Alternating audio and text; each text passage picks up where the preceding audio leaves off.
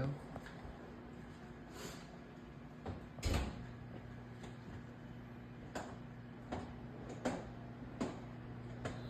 Hello everybody, happy Saturday, and welcome to another edition of What's for Dinner.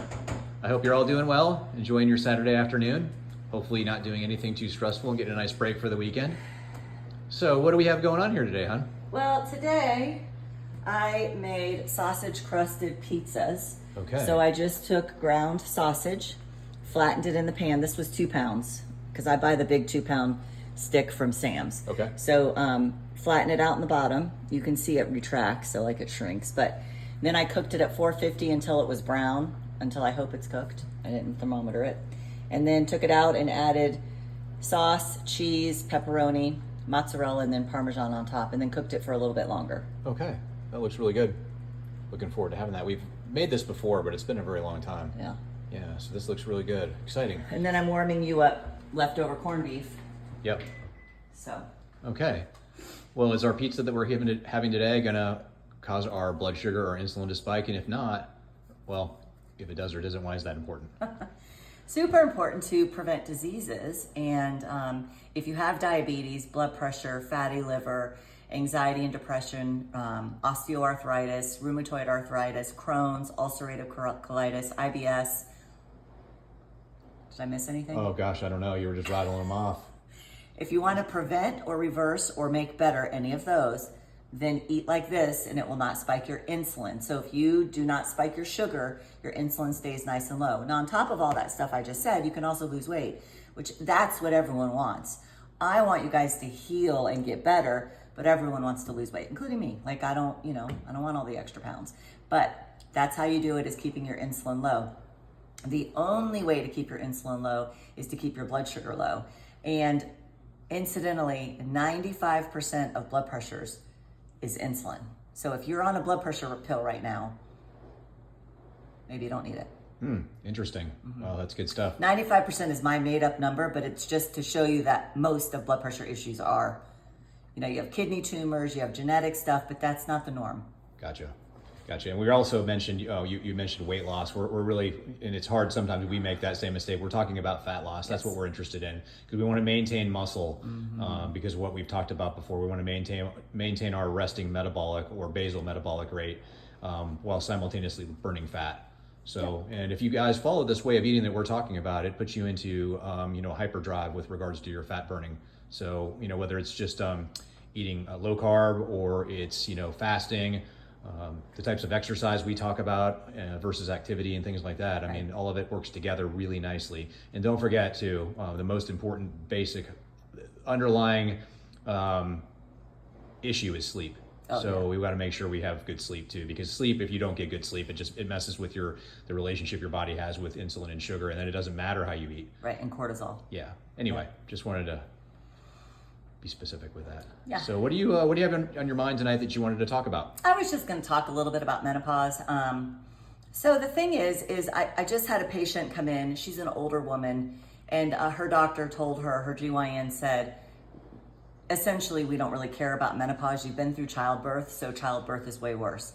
And I was just thinking, childbirth doesn't give you osteoporosis, heart disease, Alzheimer's and dementia, itchy skin, balance problems, dizziness where you fall and break bones. It doesn't give you hot flashes and night sweats and dry vagina and painful sex and low libido and no sleep and, or they get told, females get told it's a rite of passage, you'll get through it. Well, one time I had a 74-year-old woman come in with hot flashes and night sweats from the day she started menopause in her early 50s until I started her on estrogen. That's 20 years, okay? So menopause symptoms do not just have to be dealt with. Number one, there's treatment, hormones. And number two, even if you're not having hot flashes and night sweats and dry vagina, which are known menopause symptoms, you are still losing bone, not preventing heart disease, and not protecting your brain for Alzheimer's and dementia. Wow, her rite of passage took a long time. Right. Listen, I've said it before, and I'm not a person that says gender this or gender that, but if men went through menopause, the treatment would be different. Really different. Yeah. So. No, thank you. Right. How many times have you said to me, like, I'm so glad I'm not a woman? Oh my gosh, all the time. Yeah. Because we have a lot going on. But anyway, do not let a provider tell you that. And I'll tell you one other thing that I know. It's like, tell me you don't understand hormones without telling me you don't understand hormones. If a woman has a hysterectomy where they get their uterus out, many hormone providers will not give you progesterone. Let me tell you what progesterone does. Progesterone is the first hormone to go in our late 30s, and it makes you cuckoo and crazy and not sleep, which makes you cuckoo and crazy. It makes you crave weird foods, which makes you cuckoo and crazy, and it makes you fly off the handle at every little thing. You think your husband and kids annoyed you before? Without progesterone, way worse. So, progesterone is the hormone of contentment, helps with anxiety, depression, sleep, and an evenness of mood. Protects your breast, protects your brain, protects your heart, protects your bones. So if I say to you, oh, but you don't have your uterus, so you don't get it, would you be like, no, I still want it. I have breasts, I have bones, I have a heart, I have cuckoo-ness in my brain, I want to sleep.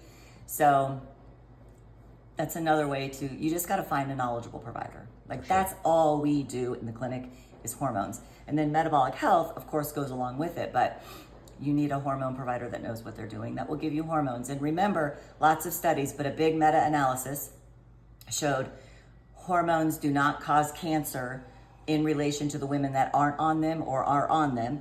And then there's also a big meta-analysis, which just means taking all the data that's available to studies.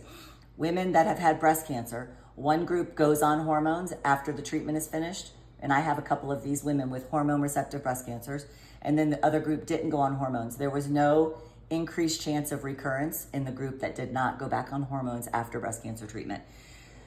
So why would you want to stay off hormones in case you get breast cancer when many of your friends are getting breast cancer without being on hormones? Like you're just struggling. Yeah. It's a no-brainer for me. Gotcha. Could I still get breast cancer? Sure. Would I still be on hormones? I would. And what about the providers who are like, well, I would put you on, progesterone, but it causes cancer. There's a problem with that. What kinds of, can you talk about that for a minute? So there's a few podcasts I've done that you could go listen to. One is Simply Authentic, number 62. The other one is Life's Best Medicine, number 110, and I talk about this. The Women's Health Initiative studied hormones, but it was Premarin, pregnant horse pea, and Provera, which is a progestin. It was Provera that caused breast cancer, but hormone experts like GYNs and endocrinologists think Provera is progesterone. You cannot give Provera to a pregnant woman. It's category X. Pregnant women make progesterone. Progesterone is also the hormone of gestation, and we give progesterone to women with history of miscarriages. So they're not the same thing. Okay. So like a compounded progesterone that you use in the you prescribe versus Provera is not the same. Okay. But the other name for Provera is medroxyprogesterone, and so many people get it confused. So providers, nurse practitioners, PAs, DOs, MDs do not learn hormones. You learn about Premarin and Provera, and you learn not to give them because there's too much controversy. You have to go out and take extra courses. That's why I have to tell you this is not medical advice, and I have to tell you to go ask your doctor. But you're going to go ask your doctor about something they have no idea about. I just made my hair on my head stand up. So a great book, listen to those podcasts, and a great book is Estrogen Matters. Yep. And a fabulous book that goes deep into the studies and the Women's Health Initiative and all that stuff. It will answer a lot of questions. Very nice. All right, any closing thoughts? You guys have to take care of your health. You have to be an advocate for yourself, because the people around you are not for health. They are working in a model that is corporate based, and it is profit based, and that's it. They do not care about your health. Right It's on. a sick care system. Get out of it. For sure. All right, guys. Well, thanks for watching. And if you guys have any questions or whatever, shoot them our way. Tell us what you're having for dinner, and we love you all. God bless, and we'll see you next time. Bye. Bye.